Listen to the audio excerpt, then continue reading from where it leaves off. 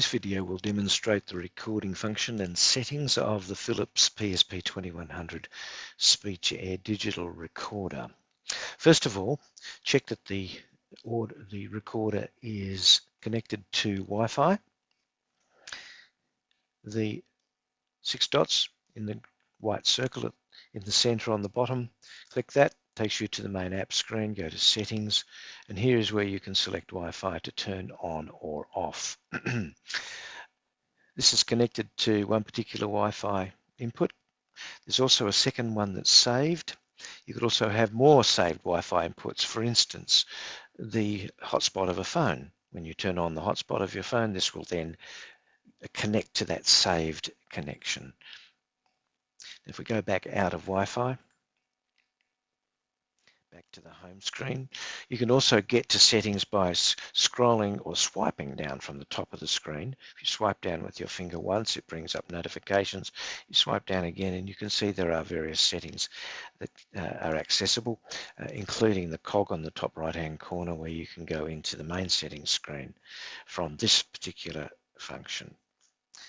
We'll go back to the home screen and let's start the Philips dictating app. It's in sending options at the moment. Let's go back and go to the dictating screen. So there's the main screen, recording screen that comes up. Recording is quite straightforward. Excuse me. Scroll up. Recording 1, 2, 3, 4, 5, 1, 2, 3, 4, 5, 6, 7, 8, 9, 10. You can scroll back down. You can see the cursor move across the recording. As you're playing, you can stop and then record over, etc. This is exactly the same as the functions that are available on a normal digital dictating recorder. To send the file, select that sending icon up the top. The third one along in the icons with the V on its side with the balls on each point. Click that and you can see now it's sending. Now this is sending because you have connected this recorder to your SpeechLive author account. If you look in settings, go to sending options, bring up SpeechLive, you can see that switched on and there's my account. If I switch it off and then switch on again, this is what you would normally see if you were setting it for the first time. Put in your email address and password that you've established with your SpeechLive author account and sign in. It's as simple as that. The other services on your SpeechLive account should be off. The transcription service and the speech recognition service are both paid services within your SpeechLive account. Also, if we go back one, you can see that the workflow, within a workflow, you can set your author ID as well, where you go and you would simply add, type in your author ID and click OK and set as default to bring the tick up on that particular account.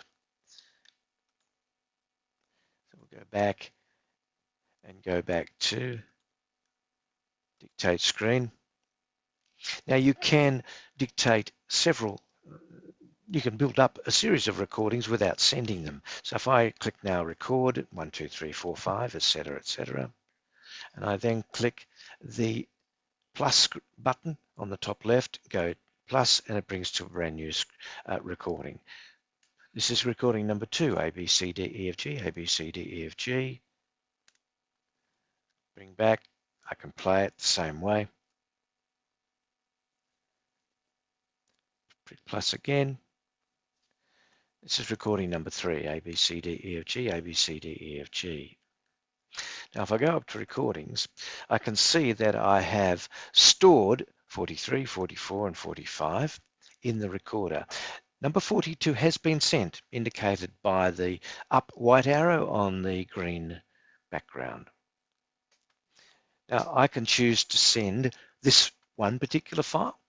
I can highlight it, go down to the 3 dots on the bottom and click send. Sending file, it goes to that up arrow on a green background.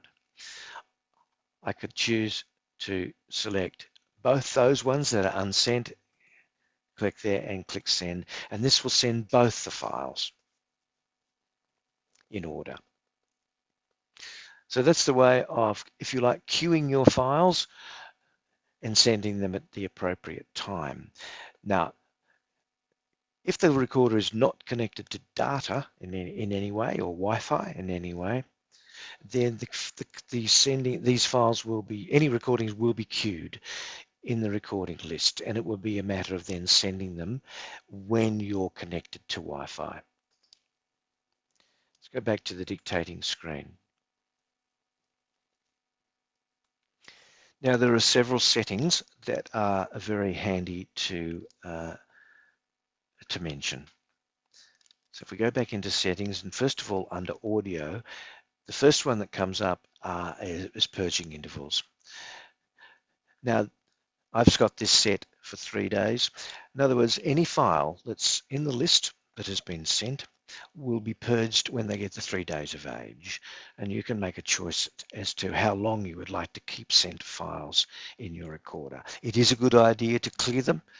As they build, it can cause problems with recording and also sending of files if there's many files that build up over a period of weeks. So that purging intervals is important. Go back one.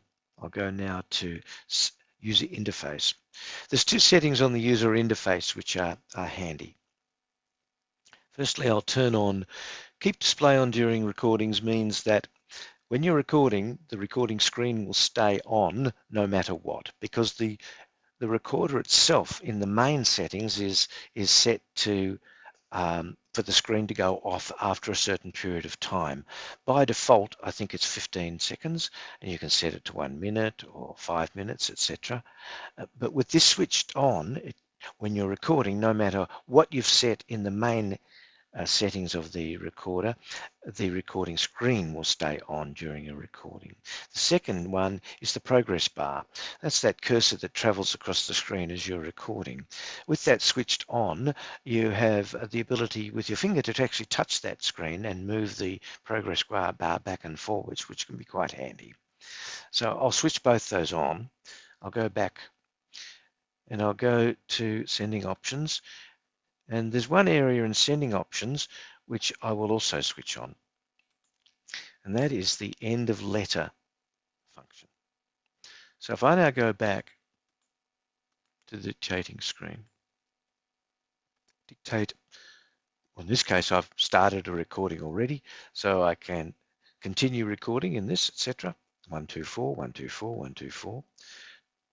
Now, instead of pressing the sending icon in the icons at the top of the screen, there's a button above the slide recorder on the right-hand side of the recorder, which is the function button. Now, this is set to send by simply pressing it. It's set as an end of letter function, which locks the file but sends it. So I'll now press that.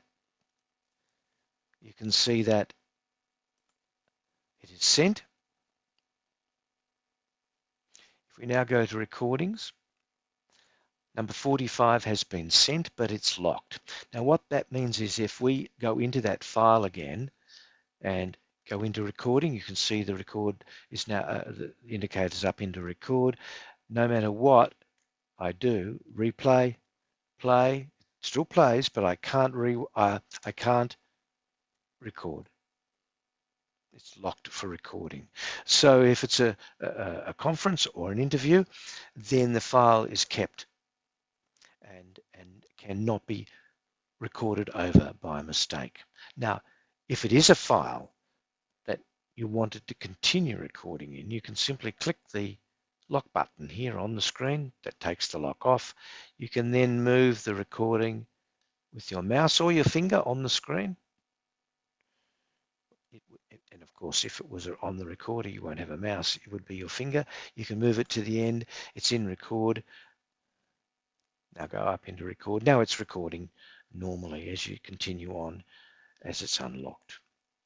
If I now press the function button again, it will send the file and it will lock it.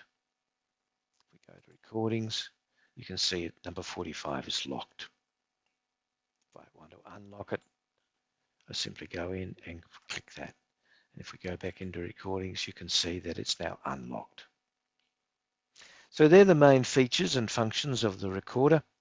And hopefully some of the features I've mentioned can be beneficial to certain specific requirements of a particular user.